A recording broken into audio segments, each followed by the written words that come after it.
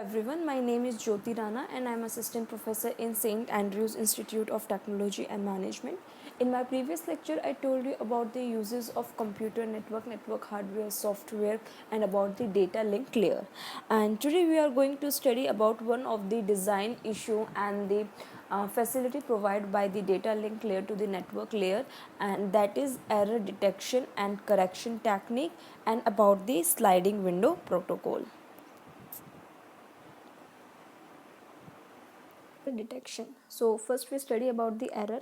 Error क्या होता है कि जब हम सेंडर से रिसीवर की तरफ डेटा को सेंड करते हैं तो उसमें कुछ अनवांटेड सिग्नल्स ऐड हो जाते हैं.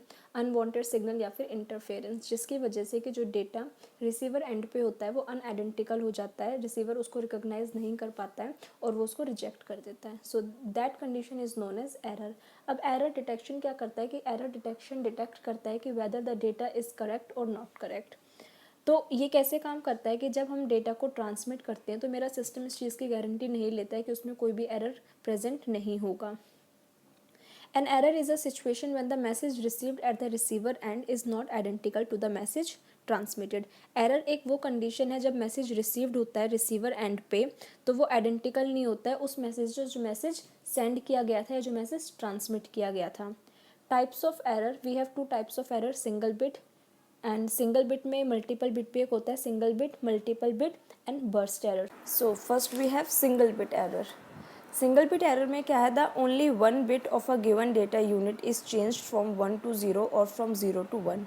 Single bit error does not appear more likely in serial data transmission. For example, sender sends the data at 10 Mbps. This means that the bit lasts only for once, and for single bit error to occur, a noise must be more than once. Single bit error mainly occurs in the parallel data transmission. For example, if 8 wires are used to send the 8 bits of the byte, if one of the wire is noisy, then single bit is corrupted per byte. अब single bit error क्या है, जैसे मैंने ये data send किया and this is the data that is received, तो इसको हम नंबर दे देते हैं. जैसे यहाँ से 0 1 2 3 4 5 6 7, ऐसे 0 1 2 3 4 5 6 7, ये मेरा 8 बिट डेटा है. अब इसमें चेंज कहाँ पे हुआ, 0 पे दोनों जगह 0 0 है, 1 पे दोनों जगह 1 है, 2 पे दोनों जगह 0 है, बट 3 में जब मैंने डेटा सेंड किया था तो यहाँ पर मेरा 0 था और यहाँ पे मेरा चेंज होके वो 1 हो गया है. आगे भी चेक कर लेते हैं. 4 पे 0 0 है दोनों तरफ, 5 पे भी दोनों तरफ 0 है, 6 पे भी दोनों तरफ 0 और 7 पे भी दोनों तरफ 0 है. सिंगल बिट में क्या है कि यहाँ पे मेरी एक बिट चेंज हो जाएगी, आइदर 0 से 1 हो जाएगी या फिर 1 से 0 हो जाएगी. तो यहाँ पे जो मैंने डेटा सेंड किया था तो यहाँ पे वो मेरी 3 पोजीशन पे 0 था और यहाँ पे जब वो रिसीव हुआ है तो यहाँ पे वो 3 पोजीशन पे 1 हो गया है. तो मेरे जो डेटा की एक्चुअल वैल्यू थी वो सिंगल बिट से चेंज हो गई है. I hope single bit error समझ में आया होगा. सिंगल बिट एरर क्या है कि इसमें एक वैल्यू चेंज हो जाती है, आइदर 0 से 1 हो जाएगी या फिर 1 से 0 हो जाएगी. ठीक है, so that is known as single bit error. ऐसे ही एक मल्टीपल बिट एरर भी होता है. मल्टीपल बिट एरर में क्या होता है कि यहाँ पे सिर्फ एक वैल्यू चेंज हुई है, 0 से 1 हुआ है. मल्टीपल बिट में मल्टीपल बिट्स भी चेंज हो सकती हैं, बट उसमें जो होता है उसमें एडजेसेंट प्लेसेस नहीं होती हैं. उसमें जो जब वैल्यूज़ चेंज होती है तो उनके बीच में स्पेस होता है. लाइक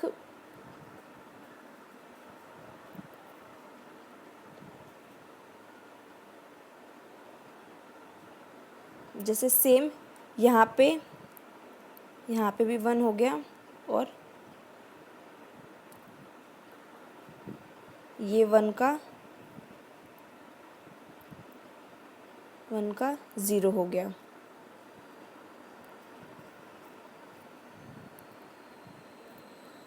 अब यहाँ पे क्या हुआ है कि 0 की जगह 0 है, 1 की जगह 0 हो गया है, फिर 0 की जगह 0 है, फिर 0 की जगह 1 हो गया है, फिर 0 की जगह 0 है, फिर 0 की जगह 1 हो गया एंड अगेन 0 की जगह 0 है। तो यहाँ पे मेरी एक बिट चेंज नहीं हुई है, यहाँ पे मेरी मल्टीपल बिट्स चेंज हुई हैं। बट मल्टीपल बिट्स जो मेरी चेंज हुई हैं इसमें मेरा स्पेस है, एडजेसेंट बिट्स चेंज नहीं हुई है। जैसे कि इस वाली पोजीशन पे एरर है, देन ये वाली पोजीशन मेरी राइट है, देन मेरा इस वाली पोजीशन पे चेंज है, फिर मेरी ये वाली दो पोजीशंस राइट है, फिर मेरा ये वाला इस वाली पोजीशन पे चेंज है, ये वाली एरर, ये वाली पोजीशन मेरी राइट है। मतलब इसमें कॉन्टीन्यूसली बिट्स चेंज नहीं होती हैं, मतलब कॉन्टीन्यूसली बिट्स चेंज नहीं होंगी। एडजेसेंट बिट्स कभी भी, एडजेसेंट बिट्स में कभी भी एरर नहीं आएगा। बीच में अगर दो बिट्स हैं तो उनके बीच में एटलीस्ट एक बिट का डिफरेंस होगा और फिर उसके नेक्स्ट बिट में डिफरेंस आएगा। इसको हम बोलते हैं multiple bit error. Single bit में क्या था कि 0 से 1 या 1 से 0 एक बिट चेंज हो रही थी। मल्टीपल बिट में क्या होता है कि मल्टीपल बिट्स में एरर हो सकता है कि मल्टीपल बिट्स मेरी 0 से 1 या 1 से 0 हो सकती हैं, बट कभी भी दो बिट्स एडजेसेंट नहीं होंगी। जैसे कि ये वाली दो बिट्स कभी भी एडजेसेंट, इनमें एरर नहीं होगा कि यहाँ पे मेरा 0 1 था और यहाँ पे मेरा 1 हो जाए और यहाँ पे मेरा 0 हो जाए। ऐसा कभी भी नहीं होगा, क्योंकि यहाँ पे मेरा 0 है कि 0 का यहाँ पे 1 हो जाए और 1 का यहाँ पर 0 हो जाए। ऐसा कभी नहीं होता है मल्टीपल बिट में। मल्टीपल बिट में हमेशा जब भी एरर अकर होता है तो दो बिट्स के बीच में कम से कम एक बिट का डिफरेंस होता ही होता है। उसको हम बोलते हैं multiple bit error.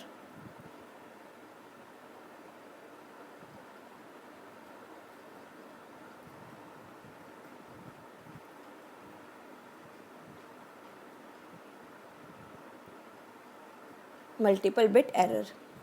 Then we have burst error. अब बर्स्ट एरर क्या है? बर्स्ट एरर को हम मल्टीपल बिट एरर भी बोल सकते हैं, लेकिन उस डिफरेंस क्या है कि मल्टीपल बिट में, जैसे कि मैंने अभी आपको बताया कि मल्टीपल बिट में जब भी एरर अकर होता है तो मल्टीपल बिट्स में एरर अकर हो सकता है, बट उनके बीच में डिफरेंस होगा। मतलब दो एडजेसेंट बिट्स में कभी भी दो एडजेसेंट बिट्स एक साथ में कभी भी करप्टेड नहीं होंगी। बर्स्ट एरर में दो एडजेसेंट बिट्स एक साथ में करप्टेड हो सकती हैं। The two or more bits are changed from 0 to 1 or from 1 to 0 is known as burst error. The burst error is determined from the first corrupted bit to the last corrupted bit. The duration of noise in burst error is more than the duration of noise in single bit. Burst errors are most likely to occur in serial data transmission. The number of affected bits depends on the duration of the noise and data rate. अब इसमें क्या है कि जो मैंने data send किया था,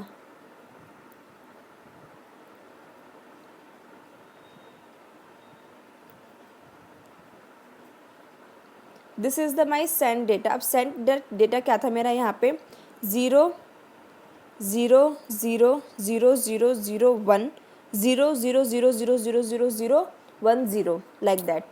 received मुझे क्या हुआ है, मैं नंबर दे देती हूँ उसको, 0 1 2 3 4 5 6 7 8 9 10 11 12 13 14 15। तो ये मेरा 16 बिट डेटा है, ठीक है, 16 बिट डेटा है।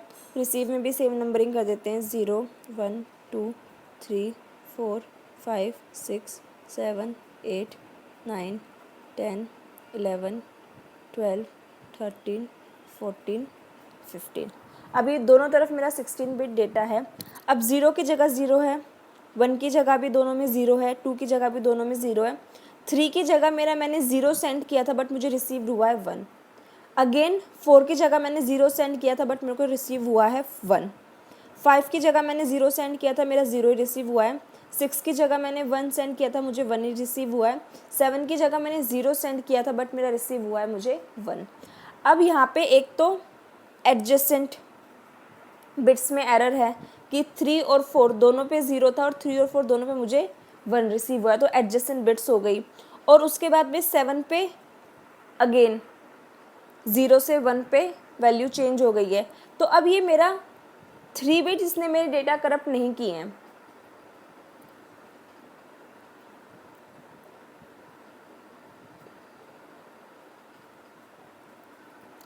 अब इसने मेरी यहाँ पे अगर देखी जाए तो 1 2 और 3 बिट्स चेंज हो रही हैं, बट ये मेरा 3 बिट एरर नहीं है, ये इसने मेरी 5 बिट्स को ख़राब किया है, क्योंकि ये जो बीच में इसकी 2 बिट्स हैं ये भी मेरी करप्टेड हो जाएंगी। ठीक है, मुझे इनको भी दोबारा से रीसेंड करना पड़ेगा करेक्ट करके। बर्स्ट एरर का डिफरेंस समझ में आया। मल्टीपल बिट में क्या था, मल्टीपल बिट में था कि जैसे यहाँ पे चेंज हो रहा है तो ये वाला यहाँ पे 0 की जगह 0 ही रहता है, और फिर यहाँ पे 0 की जगह 1 चेंज होता है। यहाँ पे सिर्फ मेरी 2 बिट्स में एरर होता, मल्टीपल बिट्स में नहीं। मल्टीपल बिट्स में क्या है कि सिर्फ 2 बिट्स करप्टेड होती, बीच की, इन दोनों के बीच की सारी बिट्स करप्टेड मेरी नहीं होती। बट बर्स्ट एरर में क्या है कि बर्स्ट एरर में अगर मेरी कोई भी 2 बिट्स करप्टेड हैं तो उनके बीच की भी जो बिट्स होंगी वो भी मेरी, वो डेटा भी मेरा क्या होगा, करप्टेड हो जाएगा। सो ये डिफरेंस होता है बर्स्ट एरर में एंड मल्टीपल बिट एरर में। आई होप आप लोगों को multiple bit error, single bit error, burst error समझ में आया होगा। सिंगल बिट में क्या होता है कि सिर्फ एक बिट चेंज होती है, आइदर 0 से 1 हो जाएगी या फिर 1 से 0 हो जाएगी। मल्टीपल बिट्स में क्या होता है कि 2 या 3 या 4 या 5 कितनी भी बिट्स मेरी चेंज हो सकती हैं, 0 से 1 या 1 से 0, बट कभी भी वो बिट्स एडजस्टेंट नहीं होंगी। बिट्स कभी भी एडजस्टेंट नहीं होगी, उनकी लोकेशन, अगर 1 लोकेशन की बिट्स मेरी चेंज हो रही हैं तो नेक्स्ट जो मेरी चेंज होगी वो या तो 3 की होगी या 5 की होगी या 7 की होगी, बट 1 के बाद 2 बिट पोजीशन कभी भी मेरी चेंज नहीं होगी। Then we have burst error. Burst error में क्या है कि इसमें एडजेसेंट बिट्स भी करप्टेड हो सकती हैं, जैसे 1 और 2 दोनों पोजीशन की बिट्स करप्टेड हो गई और उसके बाद में फिर 5 नंबर की बिट भी करप्टेड हो गई। तो अब यहाँ पे मेरा 1 से लेके 5 तक सारी ही बिट्स करप्टेड मानी जाएंगी। ये नहीं है कि ये मेरा सिर्फ 3 बिट एरर होगा कि 1 पे है, 2 पे है एंड 5 पे है, नहीं, 1 2 3 4 3 4 भी इसमें इंक्लूड की जाएंगी एरर को डिटेक्ट एंड करेक्ट करते टाइम पे। एंड क्योंकि 3 4 तो राइट थी, बट बर्स्ट एरर में क्या होता है, अगर एडजेसेंट बिट्स पता चलती हैं कि एडजेसेंट बिट्स मेरी करप्टेड है और उसके कुछ डिफरेंस बिट्स के बाद में फिर से अगेन मेरी कोई बिट करप्टेड है, तो उसमें मेरा कंप्लीट डेटा, मतलब कंप्लीट बिट्स जो स्टार्टिंग पोजीशन से लेके एंड बिट तक होंगी, वो सारी ही बिट्स मेरी इसमें करप्टेड कंसिडर की जाती हैं और उनको फिर दोबारा से रीसेंड करा जाता है। सो ये होता है मेरा burst error. Error detecting techniques. अब एरर डिटेक्टिंग टेक्निक्स मेरी क्या हैं, single parity check, 2 dimensional parity check, checksum and cyclic redundancy checks. तो सबसे पहले है single parity check. Single parity check का मतलब क्या है, the parity check is done by adding an extra bit called parity bit to the data to make number of ones either even in case of even parity और odd in case of odd parity. Parity check का मतलब क्या है कि हम इसमें एक extra bit add करते हैं डेटा में और उस एक्स्ट्रा बिट को हम बोलते हैं पैरिटी बिट। अब वो पैरिटी बिट क्या करती है कि अगर मेरा number of ones that is use to number of ones इधर इवन, अब वो अगर उसमें नंबर ऑफ वंस मेरे जो पहले से मैंने डेटा सेंड किया था, अगर उसमें मेरे नंबर ऑफ वंस इवन होंगे और एक बिट मैंने वो ऐड कर दी, तो हम नेक्स्ट में जाके चेक करेंगे कि उस पोजीशन में भी मेरे नंबर ऑफ वंस इवन ही हैं। अगर इवन है तो डेटा करेक्ट है। अगर मेरे नंबर ऑफ वंस सेंड के कंपैरिजन में रिसीव में चेंज हो गए हैं तो उस पोजीशन में क्या होगा कि एरर अकर हुआ है। अगर नंबर ऑफ वंस सेंड में इवन थे और रिसीव में ऑड हो गए हैं, तो इसमें क्या होगा कि पैरिटी बिट मुझे बता दे कि हाँ मेरे नंबर ऑफ वंस चेंज हो गए हैं, तो मेरा डेटा क्या है, करप्टेड है। While creating a frame, the sender counts the number of ones in it and add the parity bit in the following way. अब जब डेटा को सेंड किया जाता है तो उसमें नंबर ऑफ वंस को काउंट कर लेते हैं। जैसे कि मेरे डेटा में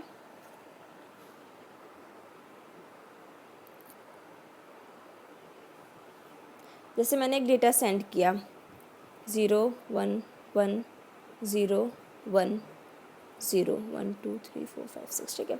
तो ये मेरा 6 बिट डेटा है। अब मैंने यहाँ पे मेरे नंबर ऑफ वंस कितने हैं, 1 2 3, नंबर ऑफ वंस कितने हैं, 3 हैं सेंडिंग टाइम पे।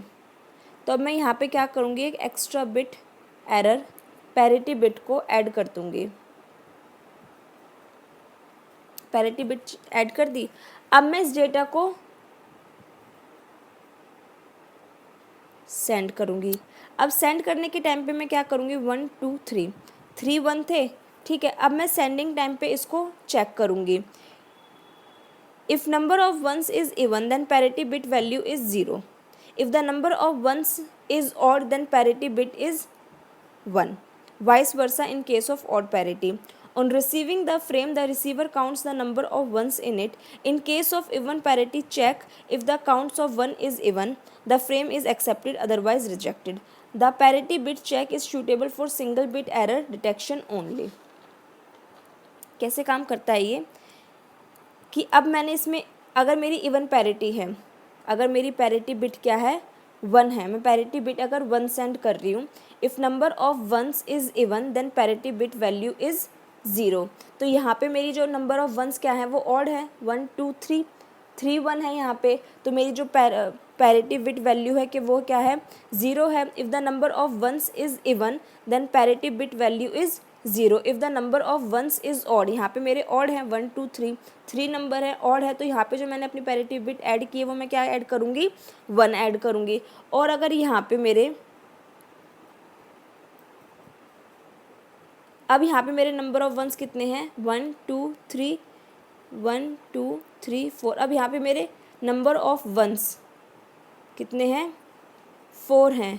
4 का मतलब क्या है कि मेरे नंबर ऑफ वंस इवन है, तो यहाँ पे जो मैं पैरिटी बिट ऐड करूँगी उसकी वैल्यू कितनी हो जाएगी, 0। ये चीज़ समझ में आई। अगर मेरे नंबर ऑफ वंस, दोबारा से बताती हूँ,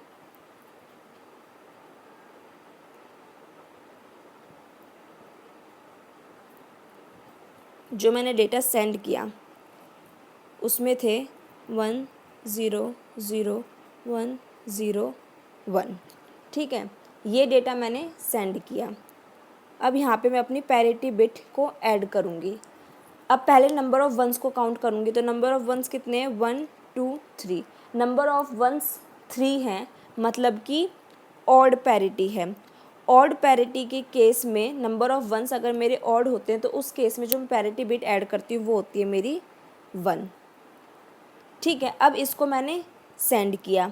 अब सेंड करने के बाद में क्या होगा कि रिसीवर नंबर ऑफ़ वंस को काउंट करेगा। अब इसको मैंने सेंड किया। अब नंबर ऑफ़ वंस को काउंट करेगा। In case of even parity check the count of ones is even, the frame is accepted, otherwise rejected.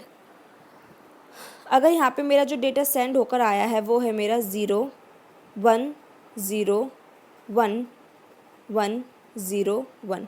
अब इस केस में मेरे नंबर ऑफ़ वंस कितने होने चाहिए, यहाँ पे पैरिटी बिट उसने चेक की कि 1 थी। अब वो सिर्फ पैरिटी बिट चेक करेगा कि अच्छा पैरिटी बिट 1 सेंड हुई है मुझे, तो पैरिटी बिट 1 का मतलब क्या था कि नंबर ऑफ़ वंस मेरे यहाँ पे कितने होने चाहिए, ऑड होने चाहिए। तो अब वो रिसीव्ड डेटा में जो इसका ये रिसीव्ड डेटा था, इसमें वो नंबर ऑफ़ वंस को काउंट करेगा। तो इसमें नंबर ऑफ़ वंस कितने हैं, 1 2 3 4, यहाँ पर इवन है, लेकिन पैरिटी बिट क्या है, 1 है।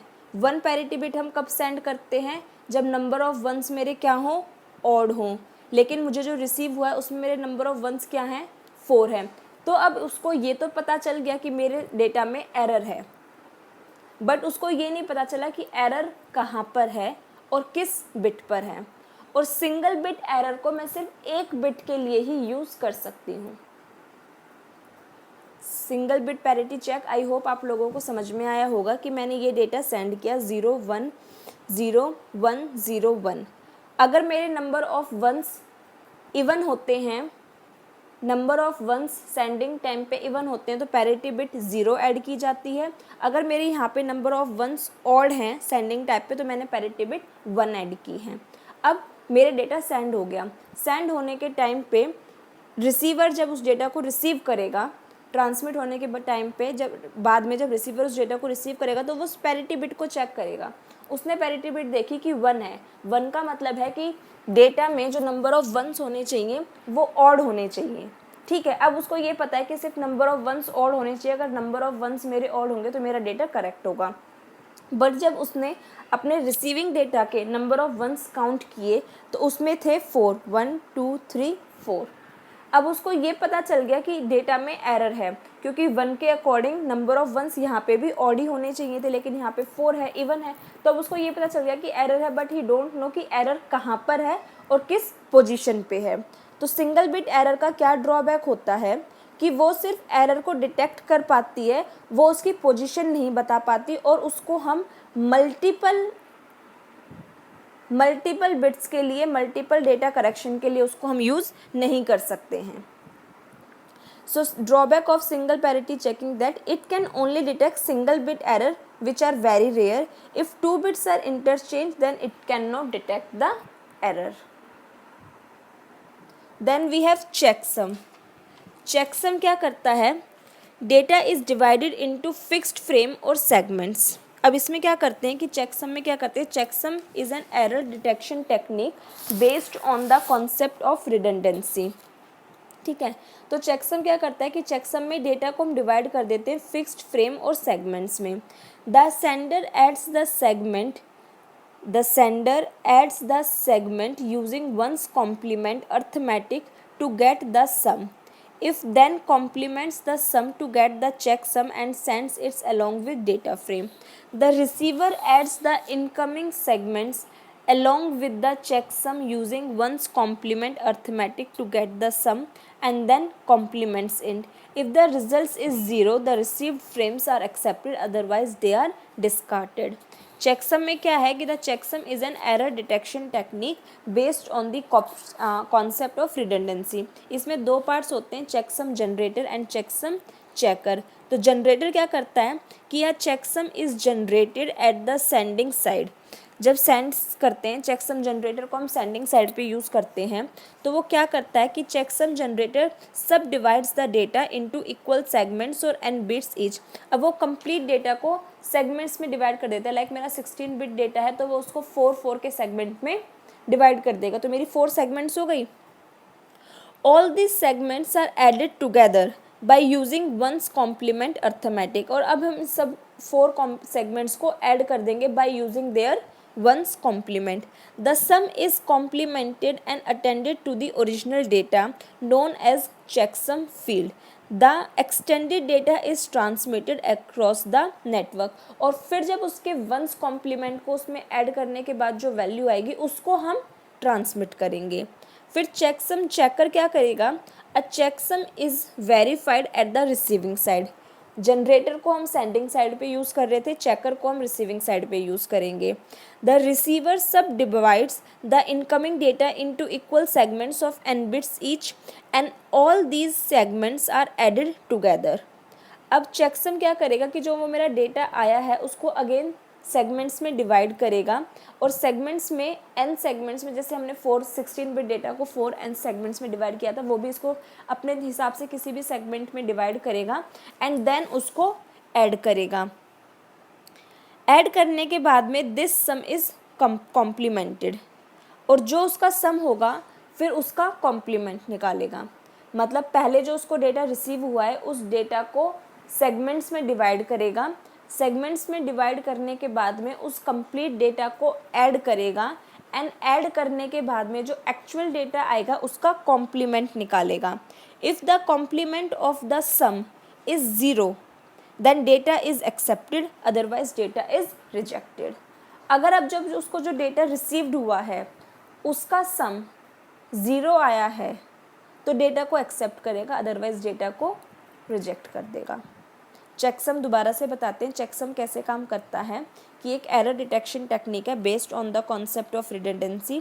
अब ये कैसे काम करता है? Checksum generator and checksum checker. Generator को हम यूज़ करते हैं सेंडिंग साइड पे, चेकर को हम यूज़ करते हैं रिसीविंग साइड में। अब चेकर कैसे काम करता है कि चेकसम जनरेटर सब divides the data into equal segments. अब चेकसम जनरेटर क्या करेगा? डेटा को इक्वल सेगमेंट्स में डिवाइड कर देगा और उन सब सेगमेंट्स को उसके बाद में ऐड कर देगा by using their ones complement arithmetic. The sum, उसके बाद में जो उनका सम आएगा उस डेटा को वो सेंड करता है। उस original data, the sum is complemented and appended to the original data known as checksum field, the extended data is transmitted across the network, और फिर उस डेटा को वो सेंड कर देगा। अब चेकसम चेकर क्या करेगा, रिसीविंग साइड पे वो उस डेटा को जब रिसीव करेगा तो उसको अगेन वो बिट्स में, सेगमेंट्स में डिवाइड करेगा, सेगमेंट्स में डिवाइड करने के बाद में उसके कॉम्प्लीमेंट से उसको प्लस करेगा और चेक करेगा कि उसके कॉम्प्लीमेंट से उसको प्लस करने के बाद में जो टोटल सम आया है वो ज़ीरो है कि नहीं। अगर ज़ीरो है तो डेटा को एक्सेप्ट करेगा, अदरवाइज डेटा को रिजेक्ट कर देगा। Then we have cyclic redundancy check is a redundancy error technique used to determine the error. In CRC technique, a string of n zeros is appended to the data unit and this n is less than the number of bits is predetermined number known as division, which is n plus 1 bits. Secondly, the newly extended data is divided by a divisor using a process is known as binary division. The remainder generated from this division is known as CRC remainder. Thirdly, the CRC remainder replaces the appended zeros at the end of the original data. This newly generated unit is sent to the receiver. The receiver receives the data followed by the CRC remainder. The receiver will treat this whole unit as a single unit and is divided by the same divisor that was used to find the CRC remainder. If the resultant of the division is 0, which means that it has no error and the data is accepted. If the resultant of the division is not 0, which means that the data consists of an error, therefore the data is discarded. इसमें भी same वही technique होती है कि the string of n zeros is appended to the data unit. Appended का मतलब होता है ऐड करना, and this n number is less than the number of bits is predetermined number known as division, which is n plus 1 bits. Secondly, the newly extended data is divided by a division using a process is known as binary division. इसमें हम binary division करते हैं। binary data जो send होता है, मतलब जितने bit का डेटा होता है उसमें हम चेक करते हैं number of zeros and number of ones को। उसके बेसिस पे अगर हमारे number of zeros string of number of zeros is appended, उसको अपेंड कर देते हैं, and then n number is less than the number of bits is predetermined number. उसके बाद में डिवीजन करते हैं which is n plus 1 bits. जितनी टोटल नंबर ऑफ़ बिट्स होगी उसमें n plus 1 करके उसको हम बाइनरी डिवीजन से डिवाइड करते हैं। अब बाइनरी डिवीजन करने के बाद में हम लास्ट में चेक करते हैं कि अगर मेरा ज़ीरो आया है तो मेरा डेटा एक्सेप्टेड है, अगर ज़ीरो नहीं है तो मेरे डेटा को रिजेक्ट कर देती हूँ, मतलब it is error, it has error. इसके अलावा मेरी कुछ एरर करेक्शन टेक्निक होती हैं। एरर करेक्शन टेक्निक मेरी दो टाइप की होती हैं, backward error detection and forward error detection. Backward error detection क्या करता है, if the receiver detects an error in the incoming frame it requires the sender to retransmit the frame. It is relatively simple technique but it is efficiently used where all retransmit technique is not expensive. Backward error correction, अब ये मेरी थी error detection techniques जो मैंने पढ़ी, checksum, cyclic and parity check. Types of error पढ़े, single error and burst error. अब है error correction technique. Error correction technique मेरी दो टाइप की होती है, backward error and forward error. Backward error में क्या होता है कि मैं डेटा को सेंड करूँगी, डेटा सेंड होने के बाद में रिसीवर उसको रिसीव करेगा। अब रिसीवर डेटा को रिसीव करने के बाद में डिटेक्ट करेगा कि उसमें एरर है कि नहीं है। अगर उसमें एरर होता है तो वो कंप्लीट फ्रेम को दोबारा से सेंडर के पास सेंड कर देता है, ठीक है, और सेंडर को उस कंप्लीट डेटा को, एरर को करेक्ट करके फिर से उस फ्रेम को अगेन सेंड करना पड़ता है। तो इसमें टाइम ज़्यादा लगता है और कॉस्ट भी ज़्यादा होती है। तो बैकवर्ड करेक्शन टेक्निक हम सिर्फ वहीं पर यूज़ करते हैं जहाँ पे फ्रेम का साइज़ स्मॉल और जहाँ पे जो कॉस्ट हो फ्रेम की वो एक्सपेंसिव ना हो। फॉरवर्ड एरर करेक्शन क्या करता है, if the receiver detect some error in the incoming frame it executes error correcting code that generates the actual frame. This saves the bandwidth required for transmission. It is inevitable in real time system. Somehow if there are too many errors the frame need to be retransmitted. Forward error correction में क्या होता है कि जब data receive करता है receiver तो उसमें एरर डिटेक्ट्स करता है इनकमिंग फ्रेम में। If it executes error then वो वहाँ पे एरर करेक्टिंग कोड्स को यूज़ करता है और वहीं पे एरर को ठीक करता है। अगर सिंगल बिट एरर है या फिर एक दो मल्टीपल बिट्स एरर है, अगर वहाँ पे बर्स्ट एरर है, ठीक है, या फिर कंप्लीट फ्रेम ही एरर है, कंप्लीट फ्रेम में एरर है, तो उस कंडीशन में ही वो सिर्फ फ्रेम को दोबारा से रीसेंड करता है, रीट्रांसमिट करता है, अदरवाइज वो उसको खुद करेक्ट कर लेता है। अब एरर करेक्शन टेक्निक मेरे दो टाइप की होती हैं, दोबारा से बता देती हूँ, बैकवर्ड एरर और फॉरवर्ड एरर। बैकवर्ड एरर में क्या होता है कि जब सेंडर डेटा को ट्रांसमिट करता है और रिसीवर उस डेटा को रिसीव करता है, तो अगर रिसीवर उस डेटा में एरर को एग्जीक्यूट करता है, उसको पता चलता है कि उसमें एरर है, तो वो उस कंप्लीट फ्रेम को दोबारा से रीट्रांसमिट कर देता है सेंडर के पास में, और सेंडर को उसको करेक्ट करके दोबारा से उसको सेंड करना पड़ता है। तो इसमें टाइम भी ज़्यादा लगता है और ये एक्सपेंसिव मेथड होता है। Second we have forward correction technique. Forward correction technique में क्या होता है कि जब डेटा को सेंड किया जाता है, जब सेंडर डेटा को ट्रांसमिट करता है रिसीवर के पास में, तो रिसीवर उस डेटा को रिसीव करता है और उसमें एरर को चेक करता है। अगर उसमें एरर एग्जीक्यूट होता है, लाइक सिंगल बिट एरर है या फिर 1-2 बिट का एरर है, मल्टीपल बिट एरर है, तो वो उसको खुद ही करेक्ट कर देता है। अगर वहाँ पे बर्स्ट एरर है, तो बर्स्ट एरर के केस में वो उसी बर्स्ट एरर के केस में वो फ्रेम को रीट्रांसमिट करता है, अदरवाइज मल्टीपल या सिंगल बिट एरर के केस में वो उसको खुद ही करेक्ट करके उसको फर्दर यूज़ कर लेता है। अब इसके अलावा करेक्शन कोड्स होते हैं हमारे कुछ, जैसे कि Hamming code, binary convolution code, Reed Solomon code and low density parity check code. Then we have sliding window protocol. Sliding window protocol. अब स्लाइडिंग विंडो प्रोटोकॉल क्या है?